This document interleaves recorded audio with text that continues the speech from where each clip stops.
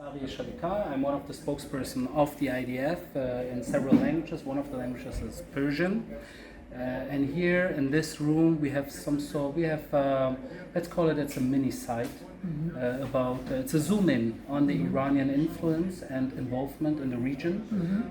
It's not even 0.1% of what the Iranians, the Islamic regime, what they do.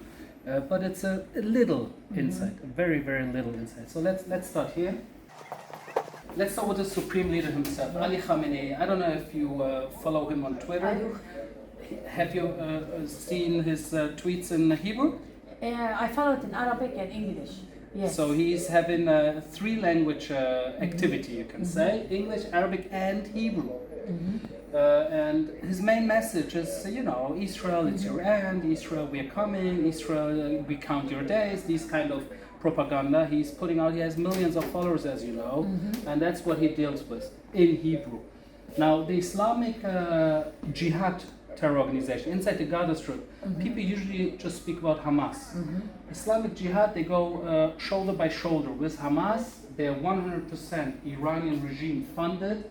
And you see here on the ceremony, 36-year ceremony, you see someone holding the Iranian flag, a picture of Qasem Soleimani, and a picture of the Supreme Leader Ali Khamenei. One of the main problems in asymmetrical warfare in general, but especially since October 7 massacre, is fake and AI images. And they put out these images, which you and me, we can clearly identify as fake, as AI. They put out on a daily basis, they spread them through the whole world. And not only in the region, to Europe, to the US, and on TikTok and Instagram and all, where all the youngsters are. And the youngsters, age 13, 15, 18, the main message they get through these pictures is, the Jews or Israel, they're murdering our brethren. They're murdering our Muslim and Arab family. But what is the IDF doing to counter the propaganda? Because you have a channel in Farsi as well. Yes, we have a channel in Farsi, and we have most of the followers on our IDF Farsi platforms are from Iran itself. People living in Iran. So that's one way to basically try to deal with it, but it's a much bigger problem. It's not only about Persians or Iranians in the world or in Iran. It's about many, many young people, Muslims, Arabs, and non-Arab and non-Muslims in the Western world, seeing these pictures and believing these. Even if there's people who do not believe in these pictures, they still take these pictures as a symbol of what stands behind it, what these pictures want to these pictures. They tell a story. They publish these images themselves. It's open source. You can see in Iraq, in Syria, in Lebanon, in Yemen, in the Gaza Strip. You have the several main terror militias, which are the main players, if you want to, in the name of the Islamic regime, fighting Israel. They work or they operate beneath the Iranian regime umbrella. Iran is a heavyweight in rocket and missile production and development. They've started back then, and you can see a lot of very, very, nowadays the ones dealing with rockets very well-known. Rockets like the Emad, the Khorramshahr, Sejil, Shahab 3.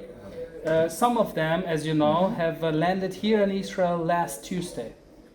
Oh, okay. But this weapon we see here, have you find any of them like in Gaza or Hamas terrorists have used?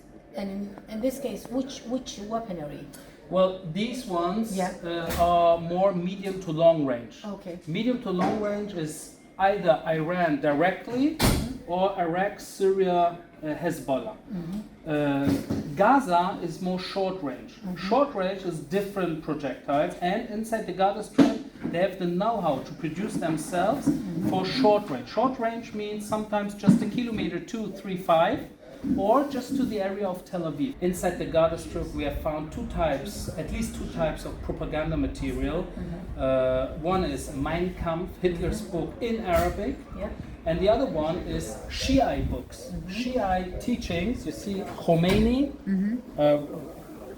Shiite books we have found inside the Gaza Strip which is interesting because the Palestinians in the Gaza Strip, they are 100% Sunni. So when you look at the Shiite teachings, it gives you a sense of what the Iranian regime basically is all about. Because since '79 they speak about the export of the Islamic revolution, but what they really mean is the export of the Islamic Shiite revolution to Sunni territory as well. I mean, I don't know if you will be able to answer this question, but how are they managing the Iranian Shiism ideology to go inside Gaza, where we know like most people of that are Sunni Muslim? How?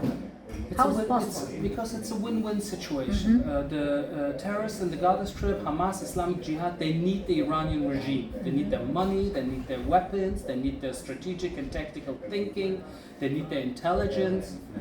And the Iranian regime needs the terrorists to fight in their name, if you want to. So that's a win-win situation. And through that win-win situation, the Sunnis inside the Gaza Strip, some of them might rethink their ideology, rethink their loyalty.